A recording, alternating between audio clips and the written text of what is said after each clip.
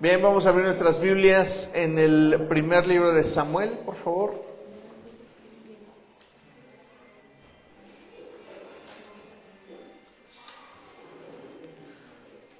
Primer libro de Samuel. Primer libro de Samuel, en el capítulo 3.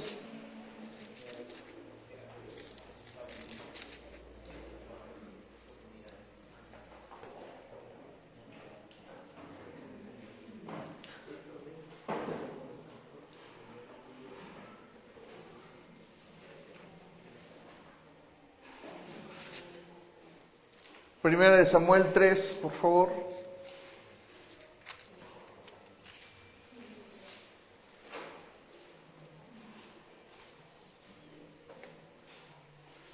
Versículos 1 y 2. Primera de Samuel, capítulo 3, versículos 1 y 2. Vamos a leerlo, por favor. Dice así: Samuel, que todavía era joven, servía al Señor bajo el cuidado de Elí. En esos tiempos no era común oír la palabra del Señor, ni eran frecuentes las visiones. Elí ya estaba quedando ciego. Un día, mientras él descansaba en su habitación, Samuel dormía en su santuario, en el santuario del Señor, donde se encontraba el arca de Dios. La lámpara de Dios todavía estaba encendida. Hasta ahí vamos a leer. El mensaje, recuerden que estamos, por favor, en una serie que se llama Administrando mi Avivamiento. ¿Cuál es el nombre de la serie? Es el nombre de la serie y hasta hoy llevamos 3 mensajes. En el primero hablamos de... déjenme aquí lo tengo. ¿Se acuerdan de cómo se llamó el mensaje, el primer mensaje? Porque yo no lo tengo aquí. Bueno, ese fue el del domingo, pero antes de ese vimos otro mensaje, ¿no? Porque ahí entramos en el de Semana Santa, si no mal recuerdo. No dejes que las piedras griten, fue el antepasado, pues sí, fue ese. Hablamos de los corazones ardientes. La semana pasada hablamos de, el mensaje se llamó Desenmascarando a los demonios.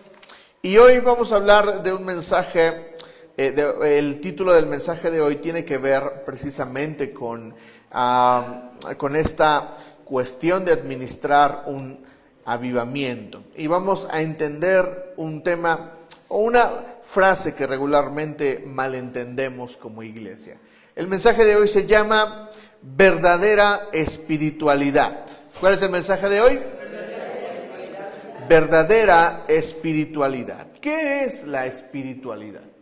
Bueno, tenemos que comprender que nosotros como hijos de Dios desarrollamos algo que se llama espiritualidad. Nosotros como hombres, como humanos, tenemos espíritu, tenemos alma y tenemos ¿qué? Cuerpo.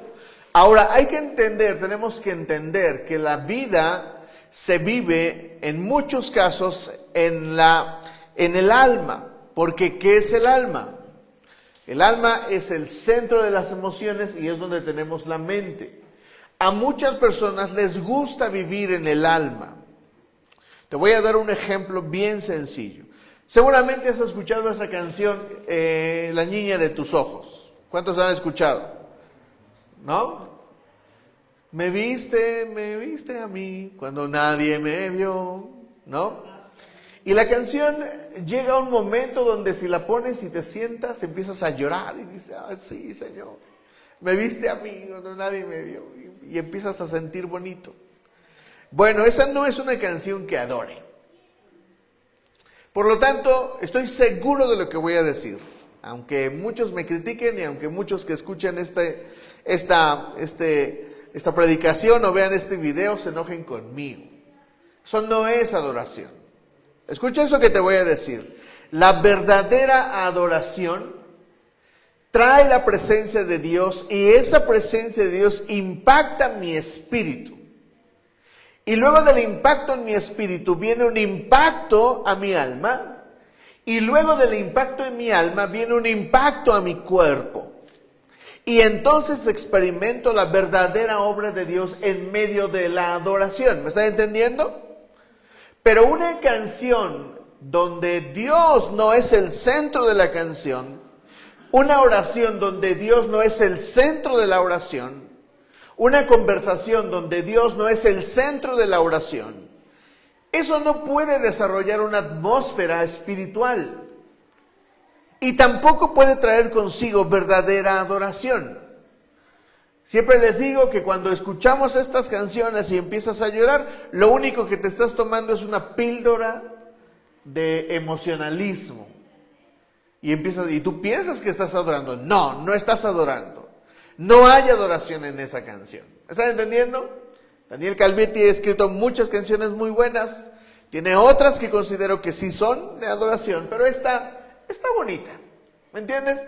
Ahora, no dudo que Dios la use, la canción. No dudo. ¿Quién soy yo para decir eso? Lo que digo es que la canción no tiene adoración. ¿Me están entendiendo lo que digo? Entonces, muchos vivimos en la adoración. Muchos otros viven en el cuerpo. ¿Qué es vivir en el cuerpo? Vivir en la satisfacción del placer. Las drogas, el sexo ilícito, el alcohol. Eso es darle rienda suelta al cuerpo, a los deseos de la carne, dice la Biblia. ¿Me entienden? Pero cuando uno vive en el Espíritu, entonces desarrolla o tiene actividades ¿qué? Espirituales. En el prebautismal vamos a llegar a una sección, a los que están tomando el curso, vamos a llegar a una sección que se llama disciplinas espirituales. Y tenemos que entender qué es la verdadera espiritualidad. ¿Me comprenden? Hace tiempo estaba platicando con un joven y le pregunté cómo se sentía. Y me dijo que ya no se sentía como antes, que extrañaba el fuego en su ser, que ya no se sentía feliz. Y para él eso no era espiritual. Lo que quiero decirles es que hay falsa espiritualidad y muchos, desgraciadamente, viven en una falsa espiritualidad. Creen que estar bien, creen que todo debe estar bonito y que eso significa que soy espiritual. Creemos que tener dinero, y no digo mucho, sino lo suficiente, creemos que tener dinero es ser espiritual. Y si no tengo, ya no soy espiritual. ¿Me están entendiendo? Esas son falsas espiritualidades, porque la espiritualidad no es que todo salga perfecto. Pero hay otra espiritualidad donde caímos en pecado y eso significa que estoy mal espiritualmente y ya nos condenamos y ya no voy a la iglesia, ya no regreso a la iglesia, ya no oro, ya no leo mi Biblia porque estoy mal espiritualmente. Muchos servidores insensatos vienen y me dicen, pastor, es que hoy no voy a servir. ¿Por qué? Es que caí, pastor, caí. Y piensan que porque se equivocaron o que porque cometieron un pecado, piensan que eso los exime de su compromiso de servir. Míralo, qué cómodo. Ya pecaste, ya nos vas a dejar aquí botados a todos. Es una falsa espiritualidad. ¿Me están entendiendo? Ahora, no estoy diciendo que pecar esté bien, que quede claro. No estoy dando una licencia para pecar de ninguna manera. ¿Me comprenden? Ahora, hay otra falsa espiritualidad que es cuando pensamos que todo me va bien en la vida. O sea, me va bien en la vida y pienso que estoy bien espiritualmente. Pero empiezo a tener problemas de dinero, empiezo a tener problemas con mi esposa, empiezo a tener problemas con mi esposo, empiezo a tener problemas en el trabajo, en el tráfico, alguien me dio un codazo en el metrobús o en el metro y pienso que eso ya rompió mi espiritualidad. Bueno, no es cierto, eso no es espiritualidad.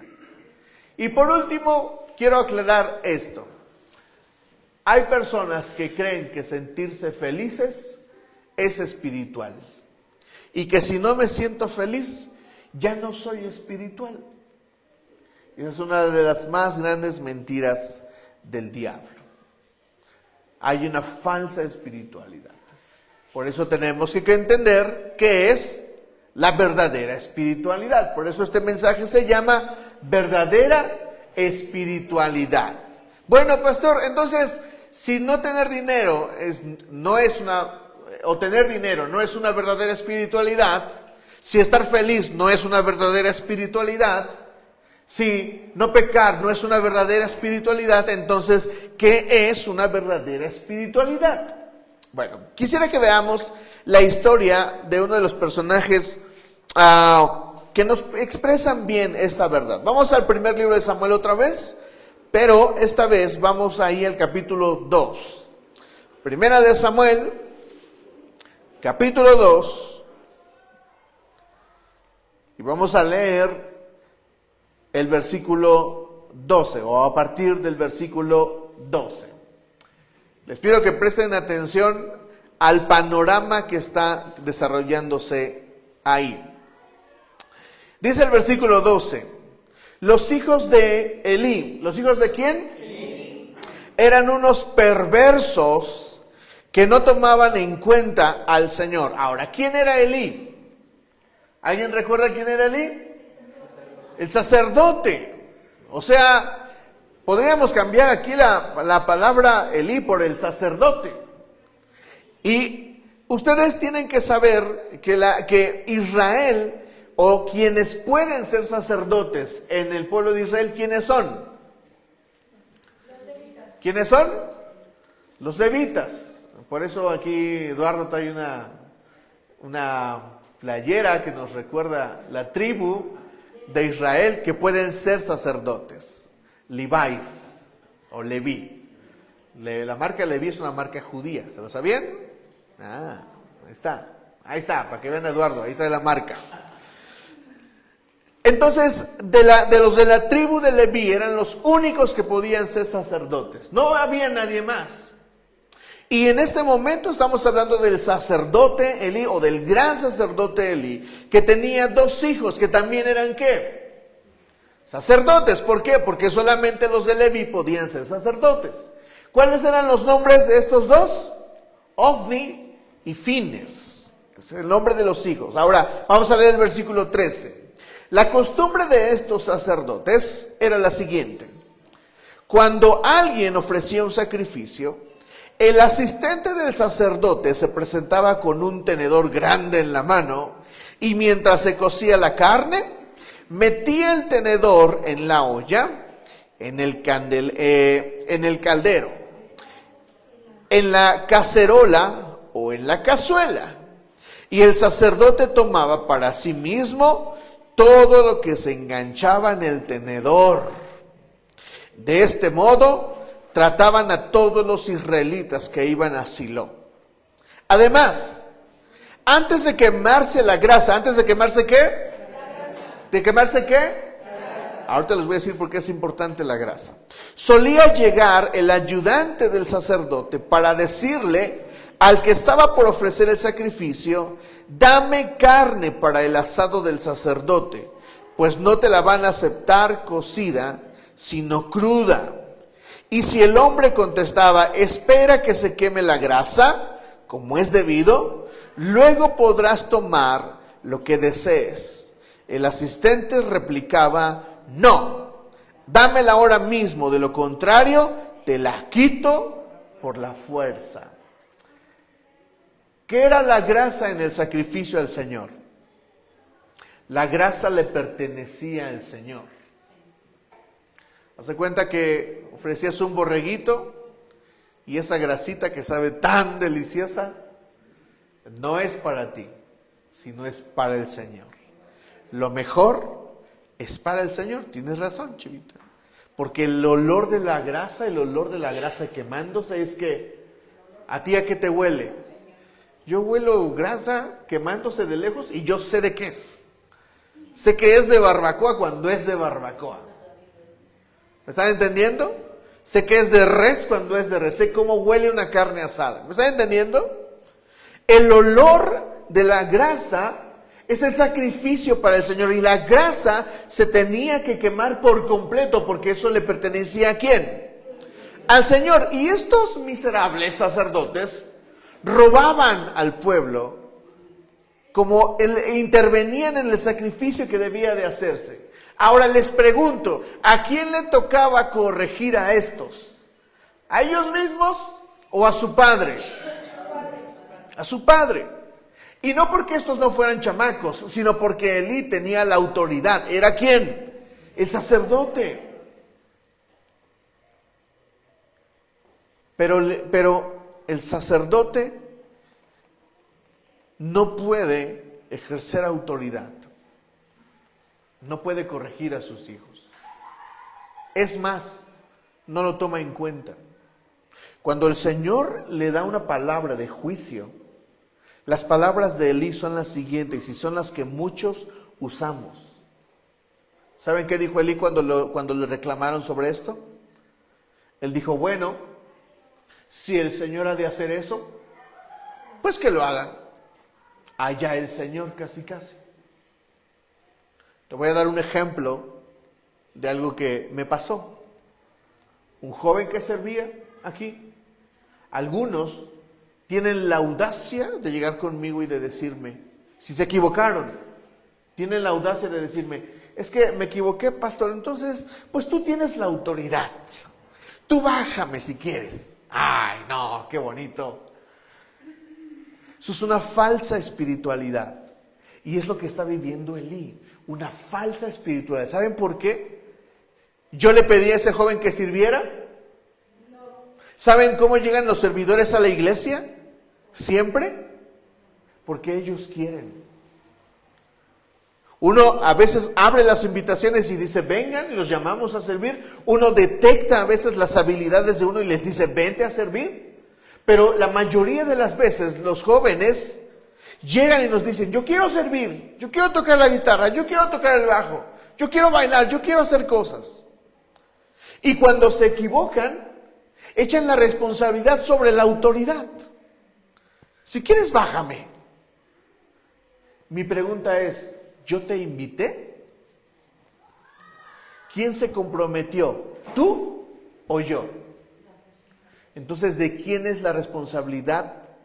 Valga la redundancia, de responsabilizarse de su vida espiritual. ¿De quién es la responsabilidad? Pues de quien la está regando, ¿no? No es mía, no es de la autoridad. Y lo que tenemos aquí es una falsa espiritualidad de estos sacerdotes y de Leví. ¿Con esto quiero decir que yo no voy a hacer nada? No. Por supuesto que hacemos algo por las personas que se equivocan. Lo hacemos. Pero tenemos que entender que es responsabilidad de uno, pero es responsabilidad del otro. Y lo que hace Elí es hacerse a un lado y decirle a Dios, si Dios lo hace, pues que lo haga. Pero él no ejerce responsabilidad de su espiritualidad. Ahora, veamos otra vez el capítulo 3, por favor. 1 Samuel, capítulo 3. Y vean conmigo y hagan un análisis del sacerdote Elí otra vez. Versículo 1 del capítulo 3 de 1 Samuel. Dice, Samuel, que todavía era joven, servía al Señor bajo el cuidado de Elí. En esos tiempos no era común oír la palabra del Señor, ni eran frecuentes las visiones. Elí ya se estaba quedando ciego. Un día, mientras él, ¿qué hacía? Descansaba en su habitación. Parecen un versículo normal. Miren, léanlo otra vez. Dice, Elí ya se estaba quedando ciego un día mientras él descansaba en su habitación. ¿Qué estaba haciendo Elí? ¿Por qué? ¿Solo porque estaba ciego? ¿Quién era el sacerdote? ¿Y qué estaba haciendo? ¿Por qué?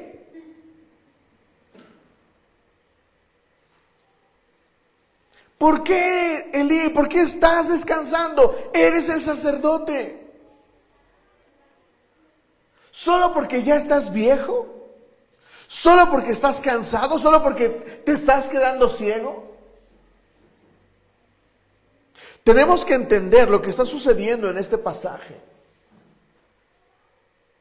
Que Elí sabe que tiene 2 hijos desobedientes. Sabe que él es el problema. Y aún así se va, ¿a dónde?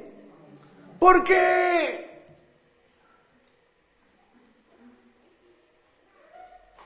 Muchos elegimos la comodidad en vez de la responsabilidad de nuestra espiritualidad. Oh, la regué. Pastor, bájame porque estoy en pecado.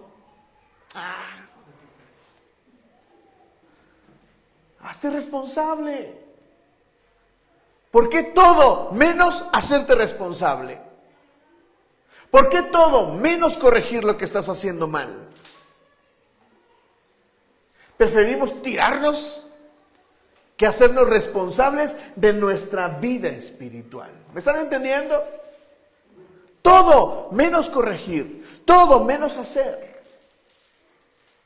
¿Saben qué sucedió en esa ocasión cuando Elí no se hizo responsable? Si ustedes siguen leyendo el pasaje, se van a dar cuenta de que Elí murió, tal como se lo dijo el profeta, por no ocuparse y por no ser responsable de su propia espiritualidad y la de sus hijos. ¿Me están entendiendo, iglesia? Ahora, lo que vamos a leer a continuación es uno de los eventos más importantes de la Biblia. ¿Estás listo para leer esto? Vamos. Versículo 3. Samuel dormía en el santuario del Señor, donde se encontraba el arca de Dios. ¡Ah, su mecha! ¿Comprendes lo que estamos leyendo? ¿Dónde dormía Samuel? ¿Dónde estaba qué? ¿Sabes qué es el arca? El lugar donde estaba el arca es el lugar donde se simboliza, donde está la misma presencia de Dios. Presta atención a esto que te voy a decir. El bruto de Elí mandó a dormir a un niño al lugar más preciado del templo. Así de irresponsable fue Elí. Elí, no tengo dónde dormir. Vete allá donde está esa caja. Ahí pon tu petate y duérmete. Qué bruto. Pero ¿saben qué es lo que sucedió? Sigan leyendo conmigo. Samuel dormía en el santuario del Señor, donde se encontraba el arca de Dios. La lámpara de Dios todavía estaba encendida. ¿La qué? Todavía estaba encendida. El Señor llamó a Samuel y éste respondió: aquí estoy. Y enseguida fue corriendo a donde estaba Elí y le dijo: aquí estoy, ¿para qué me llamó usted? Yo no te he llamado, respondió Elí. Vuelve a acostarte. Y Samuel volvió a su cama. Pero una vez más el Señor lo llamó: Samuel. Y él se levantó, fue a donde estaba Elí y le dijo: aquí estoy, ¿para qué me llamó usted? Hijo mío, respondió Elí, yo no te he llamado, vuelve a acostarte. Samuel todavía no conocía al Señor, ni su palabra se le había revelado. Por tercera vez el Señor llamó el Señor a Samuel. Él se levantó y fue donde estaba Elí. Aquí estoy, le dijo, ¿para qué me llamó usted? Entonces Elí se dio cuenta de que el Señor estaba llamando al muchacho. Ve y acuéstate, le dijo Elí. Si alguien vuelve a llamarte, dile: habla, Señor, que tu siervo escucha. Así que Samuel se fue y se acostó en su cama. Entonces el Señor se le acercó y lo llamó: Samuel, Samuel. Y Samuel respondió: habla, que tu siervo escucha, respondió Samuel. ¿Saben qué sucedió ahí? El Señor levantó a uno de los ministerios más importantes de la Biblia, al profeta. Hay tres figuras de autoridad en el Antiguo Testamento. El primero es el rey. Ahí todavía no había rey. El segundo es el sacerdote. Y la tercera figura de autoridad en la Biblia, en el Antiguo Testamento, es el profeta. Por la falta de espiritualidad de un hombre, Dios tiene que levantar a alguien más. Así es de que te lo voy a decir. Si tú no te ocupas de tu responsabilidad espiritual, el Señor va a levantar a alguien más.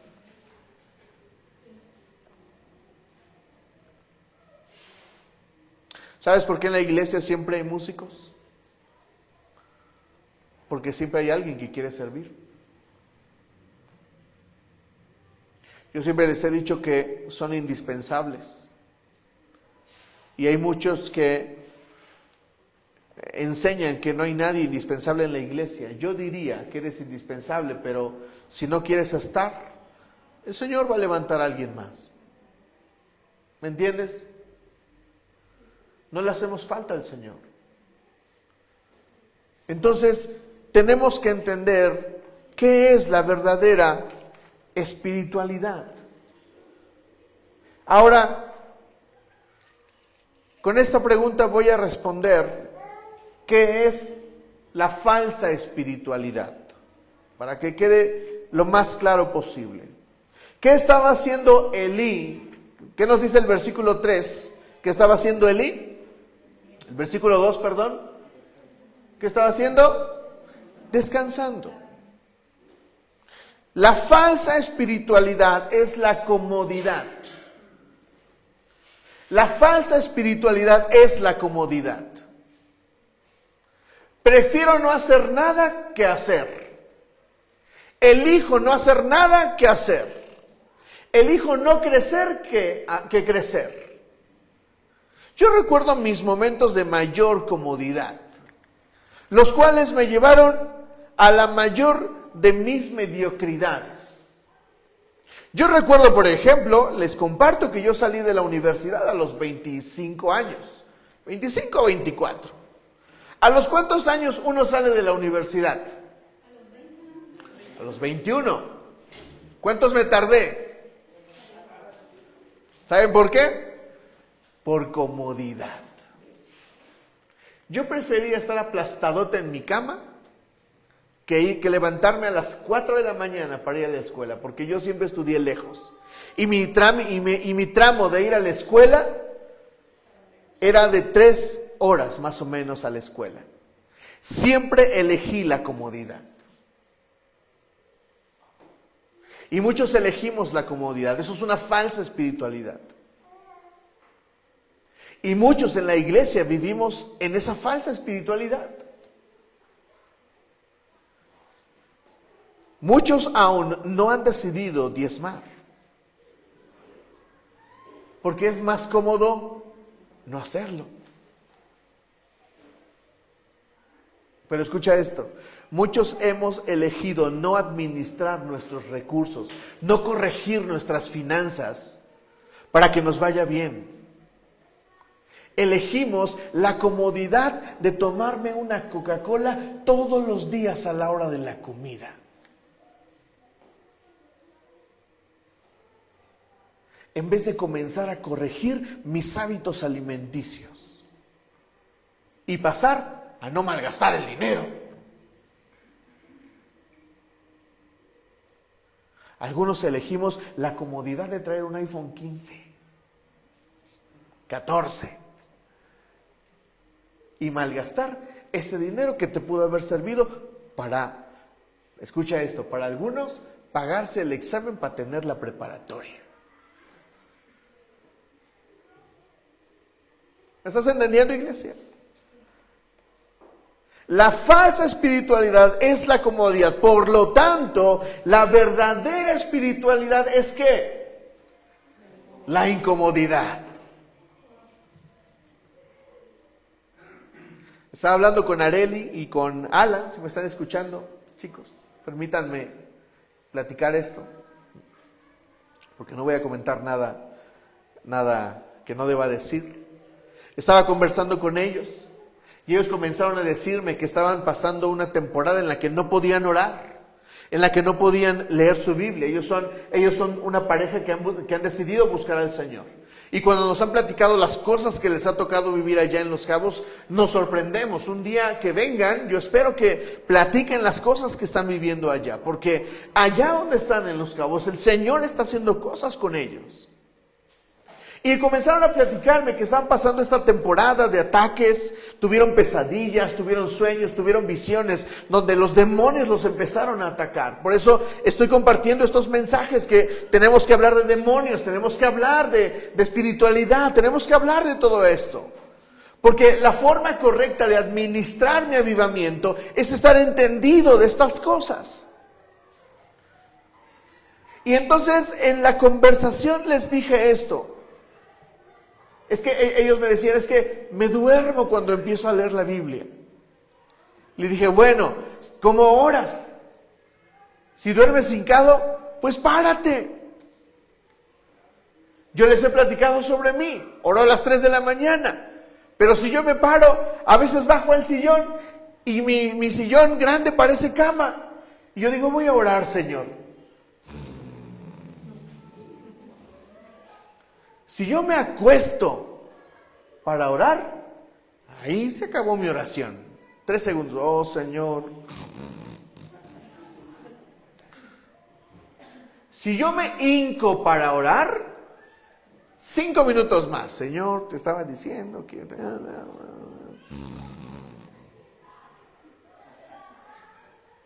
¿Saben qué tuve que empezar a hacer? De pie. A veces estoy en la pared recargada. Señor, por favor, no, vámonos. Ahora tengo que orar parado y dando vueltas por todos lados. Solo de esa manera puedo conectarme con el Señor.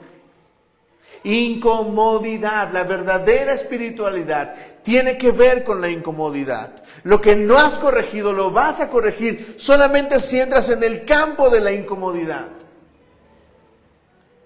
¿Saben cómo saqué la universidad? Me da vergüenza decirlo porque hay jóvenes que son bien disciplinados, bien dados, y yo he conocido a muchos. Y yo conocía un montonal de jóvenes no cristianos más capacitados que yo, más entendidos de la incomodidad. Yo tenía compañeros en la universidad que hacían 4 horas para llegar a la universidad, porque vivían en Hidalgo. Hoy hay Metrobús, chavos. Hoy tienen tren no sé qué y tienen hasta cablebús. Tenemos comodidad en el transporte ahora, pero cuando yo estudié en la universidad, apenas el PG había hecho el Metrobús que sale de Indios Verdes hasta universidad. No saben lo que es la incomodidad de viajar horas, estudiar, desayunar, obligar a tu cuerpo a desayunar. Porque ¿cuántos van a la escuela y no desayunan? Es lo peor que pueden hacer. Tuve que enseñar a mi cuerpo a desayunar y me daba asco. Pero el desayuno es el alimento más importante. Ay, mamá, ya basta. Sí, es el alimento más importante. Y si no desayunas como estudiante, te va a ir mal. En la primaria te va a ir bien. En la secundaria te va a ir bien. Pero si tú llegas a la universidad sin desayunar, estás muerto, chavo. Porque la exigencia es mayor. Y solo se va a conseguir con un buen desayuno. Terminé mi universidad levantándome mi último semestre a las 3:30 de la mañana. Y tenía que hacer eso todos los días. Entendí que si no salía de mi comodidad, jamás iba a lograr sacar la universidad. Esta es mi historia. ¿Cuál es tu historia? Un día vi que un compañero ganó 16,000 pesos de sueldo. Y yo le dije, oye, ¿y por qué tú ganas 16 y yo 12? Me dijo, ¿qué no sabes? Le dije, no, ¿qué? El que llega temprano gana un bono. Y el bono es de 4,000 pesos. Yo llevaba 1 año y medio en esa empresa sin ganarme 4,000 pesos más, solamente por no llegar temprano.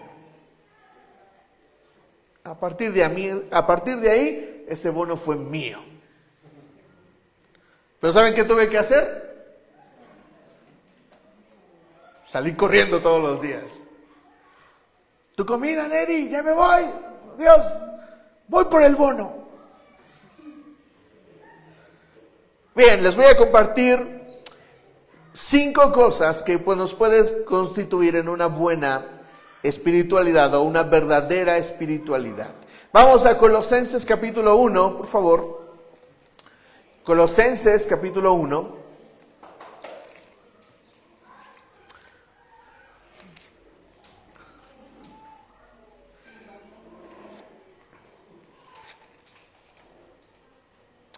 Colosenses capítulo 1, versículo 9. ¿Tienen la Biblia ahí? ¿Pueden poner por favor la versión 60 de este versículo? Colosenses 1, versículo 9. ¿Allá no está? ¿Allá no se ve?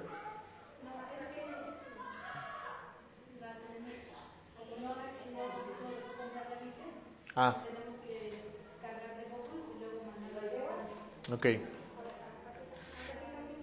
Colosenses 1, versículo 9. Léanlo conmigo a la de 3, por favor. 1, 2, 3. Por lo cual, también nosotros... perdónenme, déjenme ver si yo tengo la versión 60.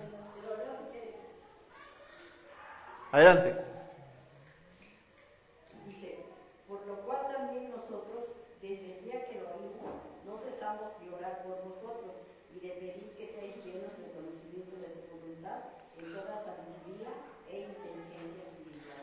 Amén. Dice, por lo cual también nosotros, desde el día que lo oímos, no cesamos de orar por vosotros y pedir que seáis llenos de conocimiento de su voluntad. En toda, digan conmigo esta frase, sabiduría e inteligencia espiritual. La espiritualidad requiere de sabiduría y de inteligencia espiritual. ¿Han oído esos libros que hablan de inteligencia emocional? Bueno, eso es para tener inteligencia en el alma. Esto se trata de sabiduría e inteligencia espiritual. Por lo tanto, la verdadera espiritualidad requiere de sabiduría y de inteligencia espiritual. Dilo conmigo. La verdadera espiritualidad requiere de sabiduría e inteligencia espiritual.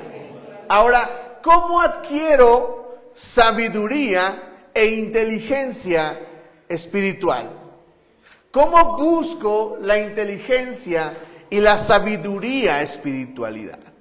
Lo digo otra vez, la verdadera espiritualidad es sabiduría e inteligencia espiritual. Pablo dice, yo oro por ustedes que sean llenos de la voluntad del Señor, que conozcan la voluntad del Señor y que sean llenos de toda sabiduría e inteligencia espiritual.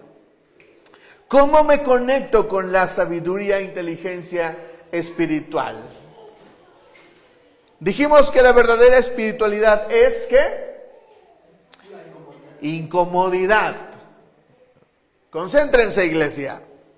Digan conmigo, la verdadera espiritualidad es incomodidad. ¿Es qué? Incomodidad. Y si Pablo dice que necesitamos inteligencia y sabiduría espiritual, ¿qué creen que necesitamos? ¿Incomodidad en qué? En el conocimiento. ¿A cuántos les cuesta leer su Biblia? ¿Para cuántos es incómodo leer la Biblia? Bueno, hoy te digo esto.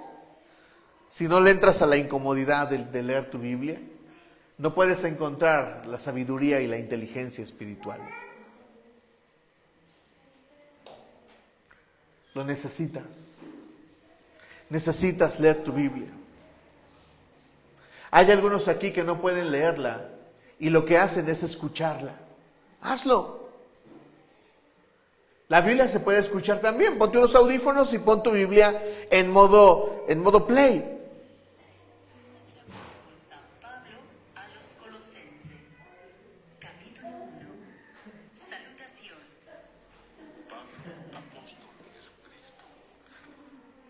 No, pero tal vez prefieras la comodidad de escuchar tus canciones.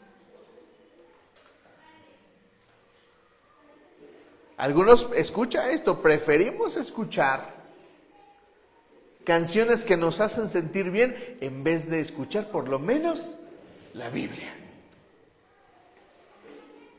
Elige la incomodidad, iglesia. ¿Me dices amén? Ahora, conocer la sabiduría y la inteligencia espiritual requiere de aprenderla. Lee conmigo, por favor, Proverbios capítulo 1.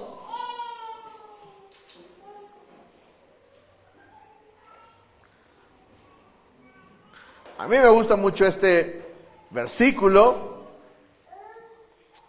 porque nos habla acerca de la sabiduría. Proverbios habla de sabiduría y a mí me gusta la forma en que se expresa la sabiduría en el versículo 20. Proverbios 1, versículo 20. Mira cómo dice: clama la sabiduría en las calles. ¿Qué hace la sabiduría?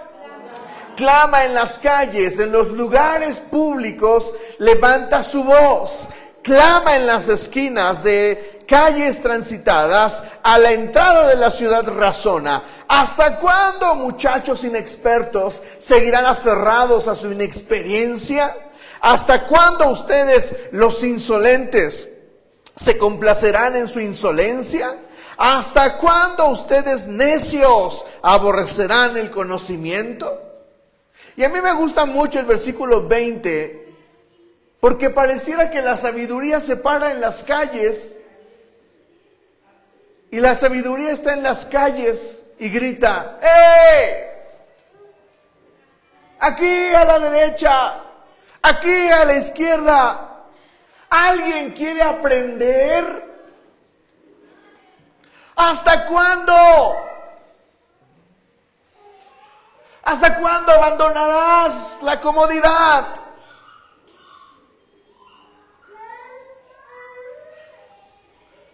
Me encanta que la sabiduría clama en las calles. ¿Sabes qué significa eso? Lo voy a decir al micrófono. Que la sabiduría te está buscando. Y te encuentra en la calle. ¡Eric! ¿Quieres aprender? ¿Hasta cuándo? ¡Jimena! ¡Te estoy buscando! 4 chamacos de atrás. ¿Cuándo van a aprender? Porque la sabiduría levanta su voz en las calles.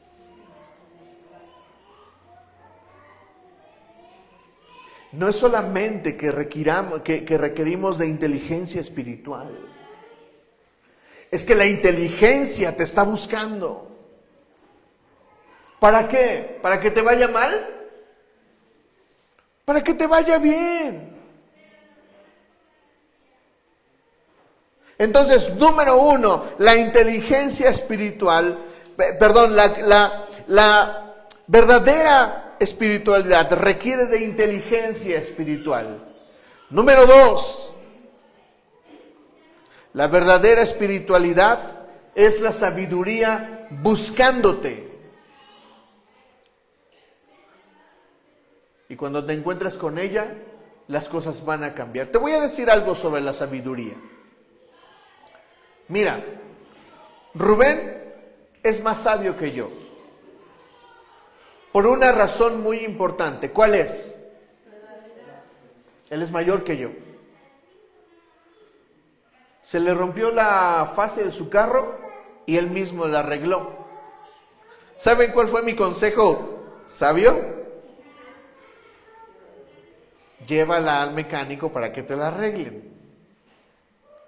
Pero él dijo, no, yo puedo. Pero él es más sabio que yo. ¿Me está entendiendo? ¿Saben cuándo yo me puedo convertir en un hombre sabio? Todos van a decir que cuando me haga viejo, o más viejo de lo que estoy. Pero te voy a decir algo. La sabiduría bíblica rompe el esquema de las edades. Tú puedes convertirte en un hombre sabio si abrazas la Biblia.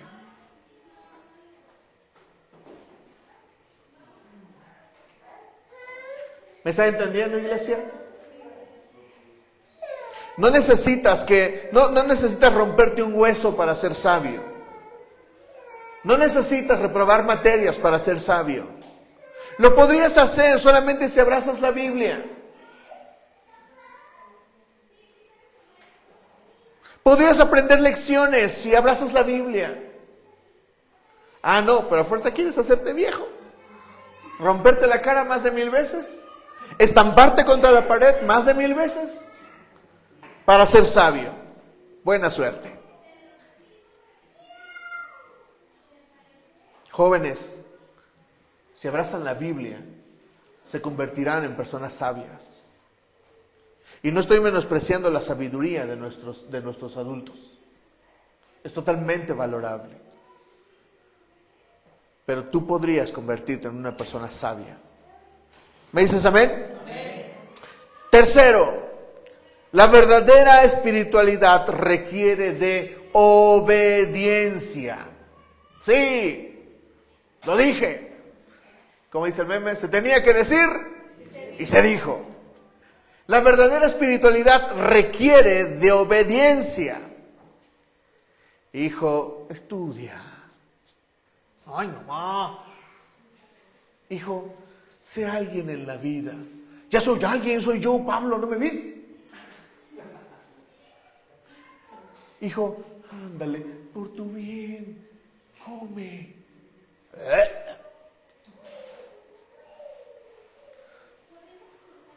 La obediencia es una verdadera incomodidad. Nos molesta obedecer. Nos molesta que nos den órdenes. Y más, cuando no me gusta. A algunos les molesta escuchar la voz del pastor. Les molesta escuchar la voz de sus padres. La voz de su madre, como si lo que quisieran fuera su mal. Hijo, come, para que te vuelvas un obeso y te mueras de un ataque al corazón. ¿Eso creen que quiere la mamá? Obviamente no. Hijo, trabaja, porque necesito que pagues la renta. ¿Eso creen que quiere la mamá? Bueno, si ya estás grande, deberías de colaborar. Si vives en la casa y eres mayor de edad, deberías de colaborar, por lo menos. Y antes no estoy diciendo que deberían de correrlo de la casa. Incomodidad. Irme a Cancún. Yo estaba acostumbrado a pedirle dinero a mi mamá.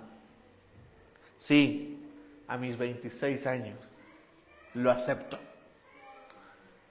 Cuando no tenía dinero para comer, iba con mi mamá y le pedía 30 pesos, 60 pesos. ¡Qué vergüenza! Pero cuando me fui a Cancún a pagar renta, a saber lo que era pagar renta y administrar lo que tenías para comer, ahí supe lo que era la incomodidad. Y me hice al propósito de no pedirle un centavo a mi mamá. Porque, qué bonitos, ¿no? Creemos que mamá y papá deben de darnos. Estás mal, chavo. La Biblia dice, honra a tu padre y a tu madre. Lo mínimo que deberías hacer sería colaborar. Por eso la obediencia es verdadera espiritualidad. Lee conmigo Génesis capítulo 15.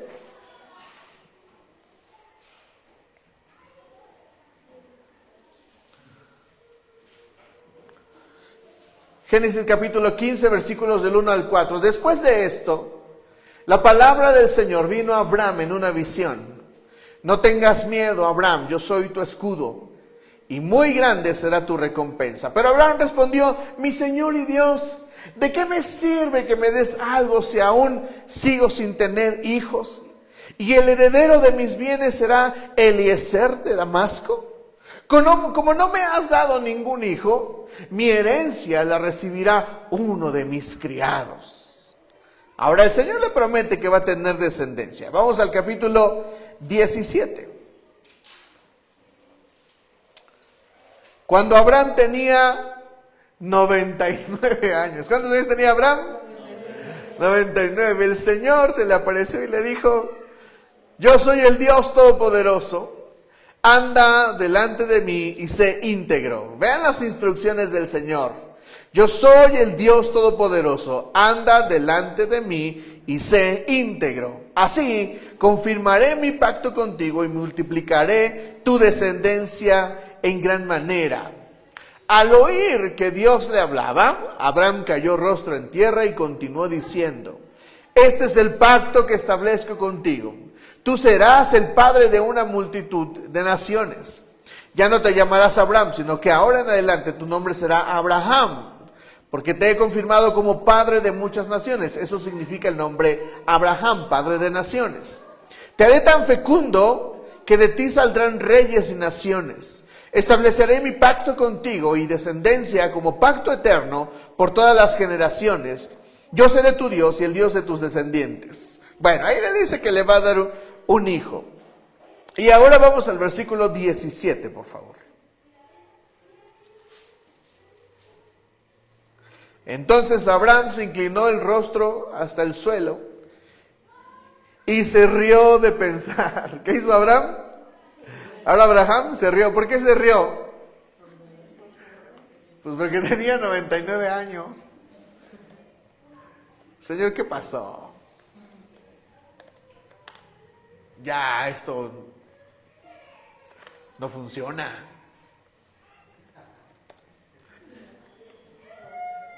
Sara ya pasó por la... ¿Cómo se llama eso? Cuando dejas de... Menopausia. Me imagino a Abraham y yo, pues yo también ya pasé por ahí, Señor. ¿Acaso puede un hombre tener un hijo a los 100 años? ¿Y Sara ser madre a los 90? O sea, él tenía... ¿Cuántos? Y Sara tenía 90. Por eso le dijo Dios, concédele a Ismael vivir bajo tu bendición.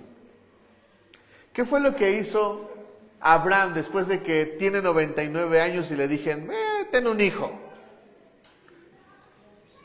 ¿Qué puede haber dicho Abraham? No, Señor, esto sí va a estar difícil. Por donde lo vean. ¿Me están entendiendo? ¿Pero qué hizo Abraham? A sus 99.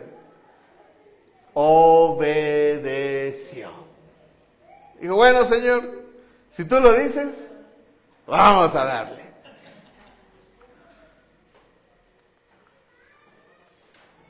A veces el panorama de la espiritualidad parece imposible, ¿sabes?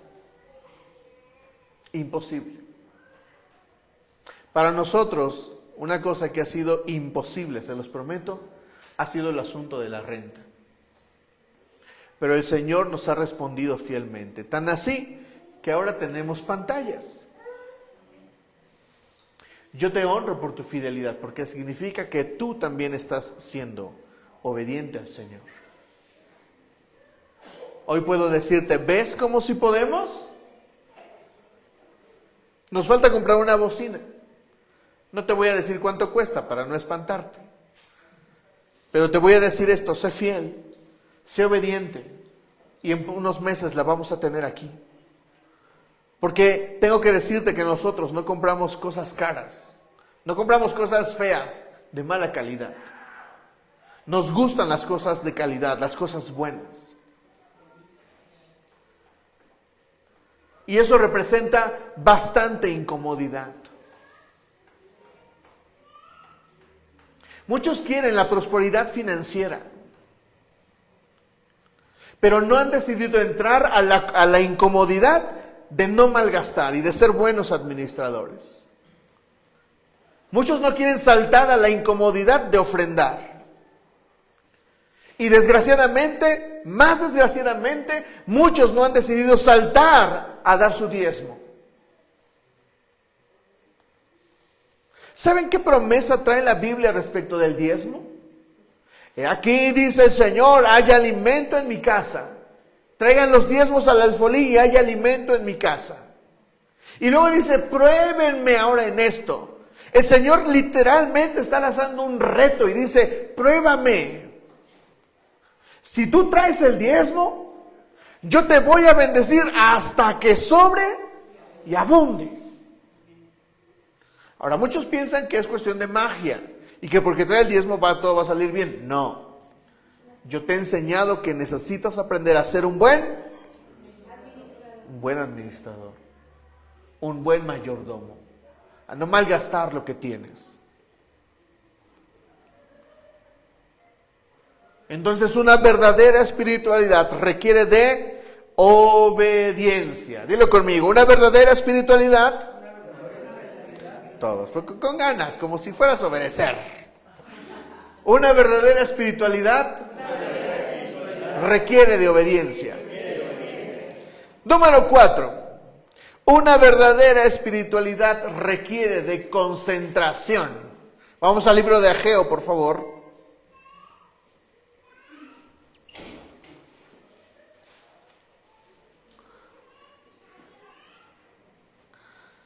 Ageo capítulo 1, y vamos a leer los versículos del 1 al 7.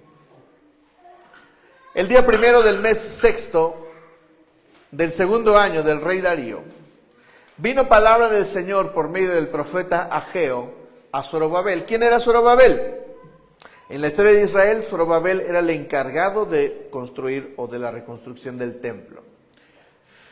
Hijo de Salatiel, gobernador de Judá, y el sumo sacerdote Josué, hijo de Josadac. Así dice el Señor de los ejércitos. Este pueblo afirma que todavía no ha llegado el tiempo para construir el templo del Señor. También vino palabra del Señor por medio del profeta Ageo. ¿Acaso es el tiempo para vivir en casas lujosas mientras esta casa está en ruinas? ¿Dónde vivían los judíos ahí? ¿En sus casas qué? Ahí dice, ¿acaso es tiempo para vivir en casas lujosas? ¿Dónde estaban viviendo? ¿Qué era esto? ¿Qué te dice? Comodidad. Ellos eligieron vivir en casas bonitas en vez de ocuparse de la reconstrucción del templo. Por eso dice lo siguiente, mientras esta casa está en ruinas, así dice ahora el Señor de los ejércitos, reflexionen sobre su proceder. ¿Qué les pide? Reflexionen sobre su proceder. Ustedes siembran mucho pero cosechan poco. Comen pero no quedan satisfechos. Beben pero no llegan a saciarse. Se visten pero no logran calentarse. Y al jornalero se le va su salario como en saco roto. Así dice el Señor de los ejércitos. Reflexionen sobre su proceder. Vayan ustedes al monte, traigan madera y reconstruyan mi casa. ¿Cuál era el problema de estos? Pues que no estaban concentrados. ¿Qué tenían que hacer? Reconstruir el templo. ¿Pero qué estaban ellos? En la comodidad de sus casas lujosas. Hijo, ve por las tortillas. Dijo, oh, unas maquinitas. Voy a pellizcarle $1 aquí para... Y juegan maquinitas. Hijo, esfuérzate por estudiar, mañana tienes examen. Y ahí está el hijo. Soy una choqui, soy una choqui. Necesitas concentrarte. ¿Necesitamos qué? Concentrarnos. Una de las desgracias de no alcanzar cosas es que no nos concentramos en algo. No nos concentramos en un proyecto.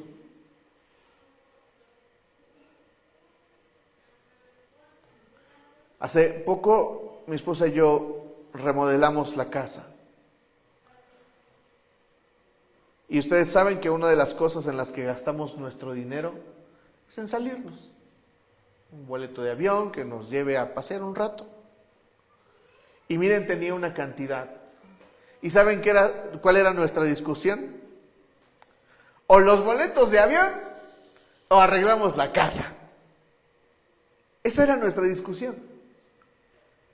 Al final decidimos remodelar la casa porque nos concentramos. Pero si no nos hubiéramos concentrado, ya tendríamos la historia de otro viaje. ¿Me están entendiendo, iglesia? Enfoca tus recursos. ¿En qué usas tu dinero? ¿Saben cuánto cuesta obtener la prepa ahora? Ya no tienes que pasar los 3 años. Si no la estudiaste a tiempo, junta 10,000 pesos y la pagas. No.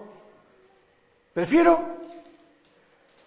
X cosa antes que pagar eso que me podría sacar de una racha en mi vida. Concéntrate. Alcánzalo. Esfuérzate, puedes llegar ahí. Solo necesitas, ¿qué? Concentrarse. ¿Me dices amén? Amén. Voltea con el que está a tu lado y dile, concéntrate. No se lo digas bonito, dile feo, dile, concéntrate. Pay attention, man. Y vamos a terminar este mensaje. Vamos con la última característica de una verdadera espiritualidad. Dilo después de mí. La verdadera espiritualidad requiere de ser tenaz. ¿Qué es la tenacidad? Vamos al libro de Éxodo, por favor. ¿Me ayudas al piano, amor, por favor? Éxodo capítulo 33.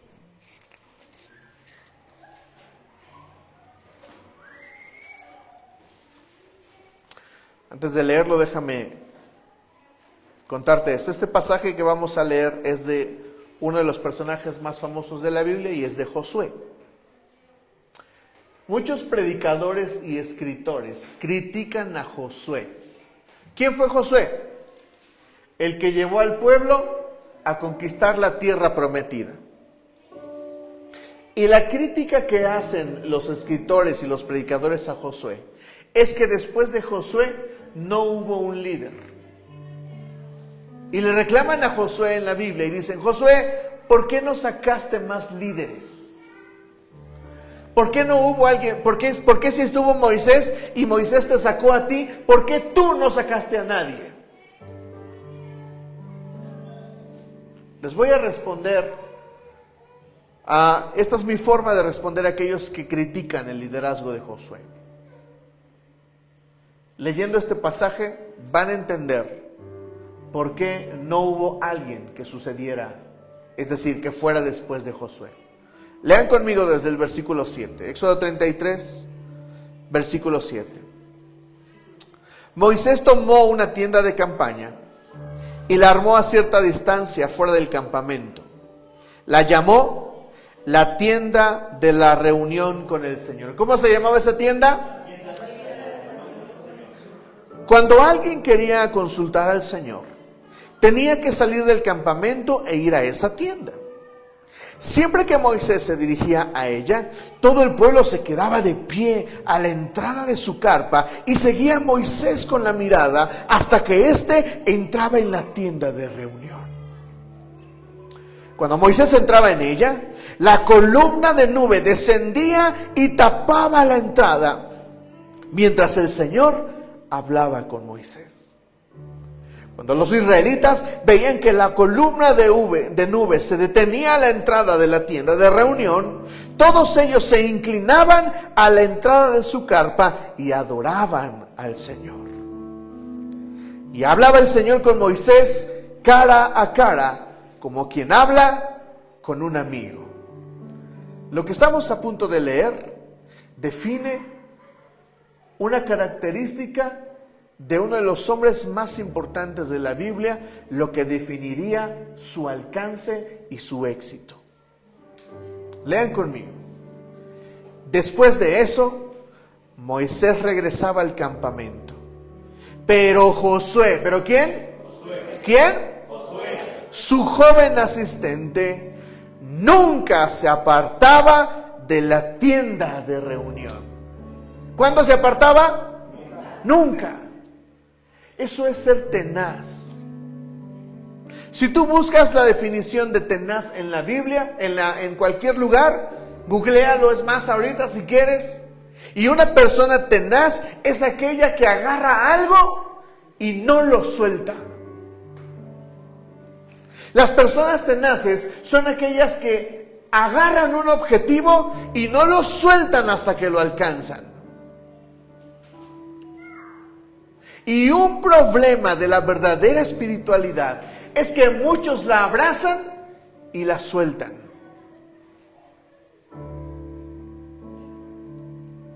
Muchos van a la iglesia y cuando se equivocan dejan de ir a la iglesia.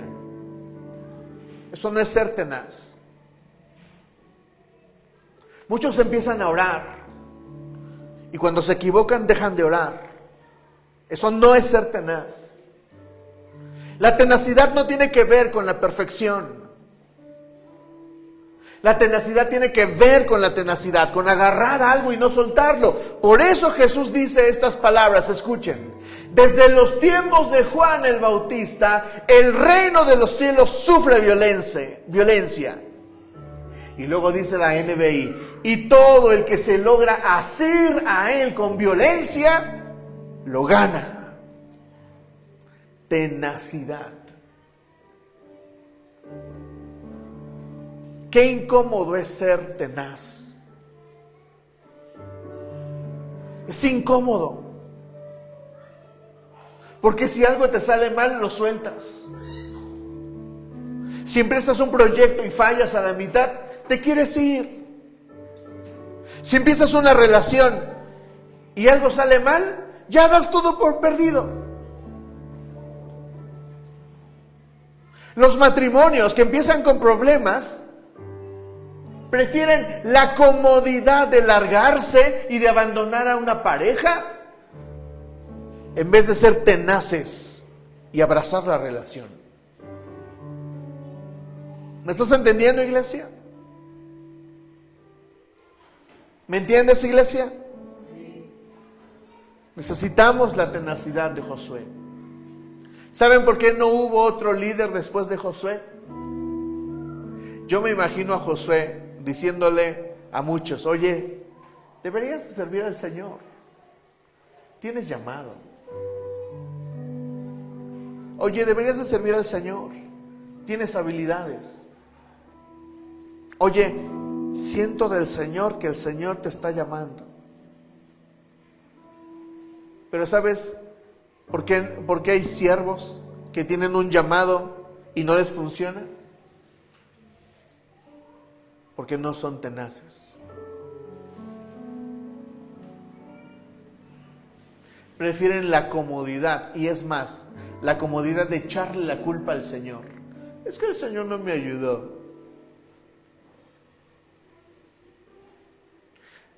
Iglesia, este lugar siempre estará abierto para ti. Perfecto o imperfecto como seas. No me puedes echar la culpa de tu vida, porque yo estoy aquí para hablarte la palabra. Pero quien decide lo que suceda después de que salgas afuera es tu responsabilidad. Construye una verdadera espiritualidad. ¿Me dices amén? Amén. Ponte de pie y vamos a dar gracias al Señor.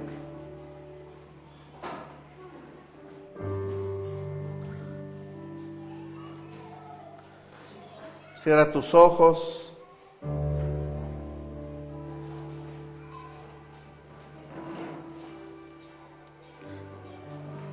Dijimos que la verdadera espiritualidad es incomodidad. Que la verdadera espiritualidad requiere de inteligencia y sabiduría espiritual. La verdadera espiritualidad significa que Dios me está buscando para aprender. La verdadera espiritualidad requiere de obediencia. La verdadera espiritualidad requiere de concentración. Y finalmente, la verdadera espiritualidad requiere de tenacidad. Cierra tus ojos, concéntrate en el Señor. Y dile, Señor, yo quiero tener una verdadera espiritualidad. Señor, yo creo que hoy tú nos estás llamando a la incomodidad.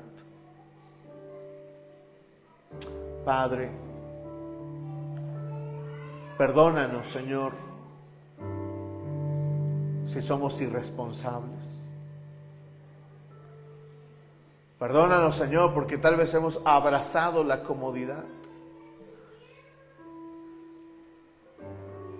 Hemos abrazado tal vez la comodidad de no buscarte, de no leer nuestra Biblia, de no orar. Perdónanos, Señor.